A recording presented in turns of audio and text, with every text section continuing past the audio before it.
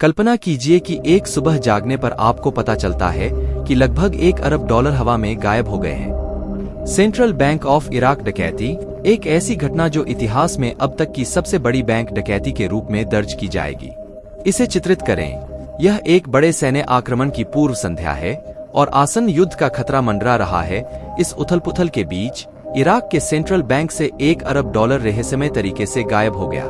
इस डकैती की भयावहता को समझने के लिए आइए इसे लगभग 1/4 समझें। उस समय पूरे देश का सकल घरेलू उत्पाद इतना पैसा कमाने के लिए एक औसत इराकी नागरिक को बिना रुके, बिना खाए, सोए या छुट्टी लिए 20,000 साल से अधिक समय लगेगा। यहाँ तक कि समझें, उस समय इराक में राजनीतिक माहौल बारूद के ढेर जैसा था जो फूटने का इंतजार कर रहा था। अमेरिकी आक्रमण के मंडराते खतरे के साथ देश युद्ध के कगार पर था। सरकार उथल-पुथल में थी और कानून व्यवस्था चरमरा रही थी। अस्थिरता और अनिश्चितता के इसी माहौल में यह डकैती हुई। चोरी न केवल अपने पैमाने में बल्कि अपने कार्यान्वयन में भी दुस्साहसिक थी। यह नकाबपोश लुटेरों द्वारा बंदूकें लहराते हुए बैंक में घुसने का मामला नहीं था। नहीं, यह कहीं अधिक परिष्कृत ऑपरेशन था जो आसन्न युद्ध से देश की संपत्ति की सुरक्षा की आड़ में किया गया था। और इस प्रकार लापता अरबों की तलाश शुरू हुई, एक ऐसी खोज जो महाद्वीपों तक फैली और जांचकर्ताओं को वर्षों तक चकित करती रही। इस डकैती को और भी दिलचस्प बनाने वाली बात यह है कि इसके पीछे जिस आदमी का हाथ माना जाता है वह है 1969 से 2003 तक इराक के राष्ट्रपति रहे और ऐसा लगता है कि वह इस असाधारण डकैती के पीछे के मास्टरमाइंड रहे होंगे। आइए डकैती से पहले की घटनाओं पर गौर करें। यह 2003 मार्च था। अमेरिका के नेतृत्व में इराक पर आक्रमण से पहले दुनिया मध्य पूर्व पर नजर रखे हुए थी। इस बात से अनजान थी कि पर्दे के पीछे एक ऐसी साजिश रची जा रही थी जो दुनिया को चौंका देगी।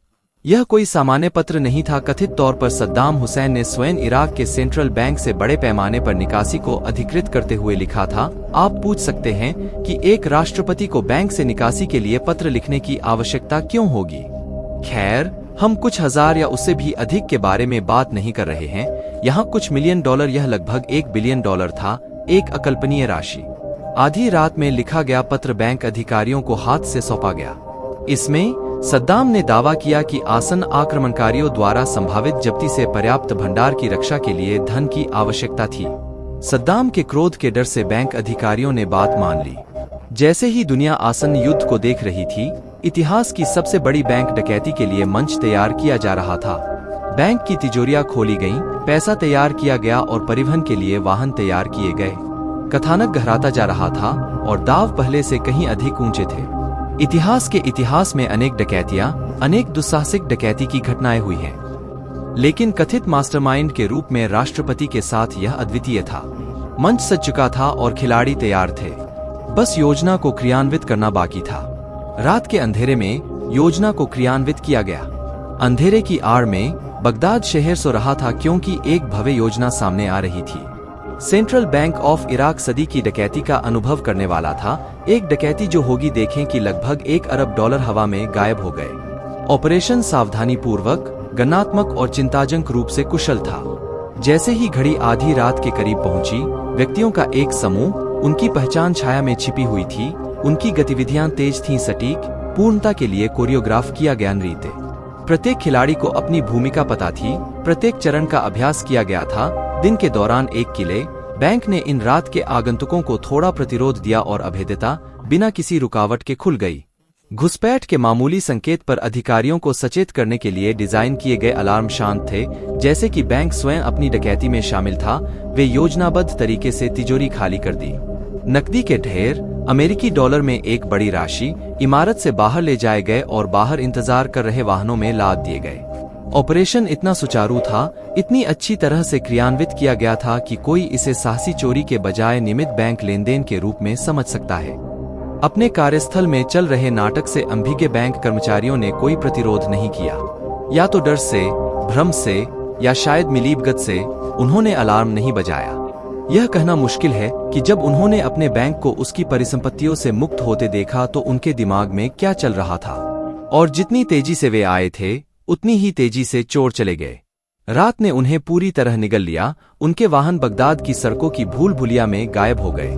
बैंक को खाली छोड़ दिया गया था। अपने पूर्व सु का एक खोल, इसकी तिजोरियां $1 अरब के खालीपन की खामोशी से गूंज रही थी।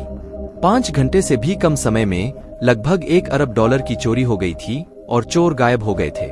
इराक का सेंट्रल बैंक लूट लिया गया था और दुनिया इससे अधिक समझदार नहीं थी। सूरज एक नए दिन में उगाया, लेकिन सेंट्रल बैंक ऑफ इराक के लिए यह एक दुस्वप्न की शुरुआत थी। डकैती के बाद एक अराजक बवंडर था। लगभग तुरंत एक जांच शुरू की गई थी, लेकिन काम कठिन था। लगभग रातों रात 1 अरब डॉलर गायब हो गए थे और रास्ता आर्कटिक बर्फीले तूफान की तरह ठंडा था। जांचकर्ता समय के विपरीत काम कर रहे थे और युद्ध बढ़ रहा था और अराजकता ने अपराधियों के लिए एक आदर्श माहौल बना दिया था। उथल-पुथल मची हुई थी और बैंक के रिकॉर्ड अस्त-व्यस्त थे, लेकिन इन सब के बीच जांचकर्ताओं ने रहस्य को सुलझाने का दृढ़ निश्चय किया और केवल कुछ ही घंटों में सद्दाम हुसैन और उसके बेटों की ओर इशारा किया। बमबारी शुरू होने से पहले यह सुझाव दिया गया था कि यह एक अंदरूनी काम था। डकैती के पैमाने ने यह भी संकेत दिया कि यह अत्यधिक शक्ति और प्रभाव वाले किसी व्यक्ति का काम था, शासक परिवार के अलावा और कौन इस तरह की साहसी डकैती कर सकता था। लेकिन इसे साबित करना एक कठिन काम था। युद्ध ने संचार माध्यमों को बाधित कर दिया था और प्रमुख गवाहों से या तो संपर्क नहीं हो पा रहा था या वे बात करने से बहुत डर रहे थे। डकैती की रात बैंक की निगरानी प्रणाली को आसानी से अक्षम कर दिया गया था और अपराधियों ने कोई फिंगरप्रिंट नहीं छोड़ा था। जांचकर्ता छाया का पीछा कर रहे थे, अंधेरे में किसी भी सुराग की तलाश कर रहे थे जो उन्हें अपराधियों तक ले जा सके। इन चुनौतियों के बावजूद जांचकर्ता अथक थे। उन्होंने शहर की खाक छानी, संदिग्धों से पूछताछ की और सबूतों के ढेर खंगाले। वे गंध के मामले में खून के शिकार कुत्तों की तरह थे। जब तक उन्हें अपना शिकार नहीं मिल जाता, वे हार मानने से इनकार करते थे। वे जानते थे कि गायब अरबों रुपए सिर्फ पैसे से कहीं अधिक थे। यह इराक की संप्रभुता का प्रतीक था और इसकी बहाली देश के भविष्य के लिए महत्वपूर्ण थी। जांच समय के विरुद्ध एक दौड़ थी, बाधाओं के विरुद्ध एक लड़ाई थी। लेकिन जांचकर्ता निडर थे। वे जानते थे कि आगे का रास्ता लंबा और जोखिम भरा है, लेकिन वे इसका सामना करने के लिए तैयार थे। वे रहस्य को सुलझाने, दोषियों को न्याय के कटघरे में लाने और चुराए गए अरबों डॉलर वापस पाने के लिए प्रतिबद्ध थे। जैसे जैसे युद्ध बढ़ता गया, वैसे वैसे लापता अरबों की तलाश भी बढ़ती गई।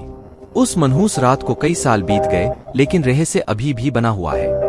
सेंट्रल बैंक ऑफ इराक डकैती, एक डकैती जिसमें लगभग 1 अरब डॉलर हवा में गायब हो गए, जांचकर्ताओं और इतिहासकारों को समान रूप से परेशान कर रहा है।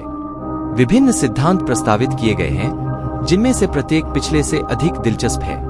कुछ लोगों का मानना है कि चोरी की गई इस संपत्ति का इस्तेमाल विद्रोहों को वित्त पोषित करने, संघर्ष की आग को भड़काने और अराजकता पैदा करने के लिए किया गया था।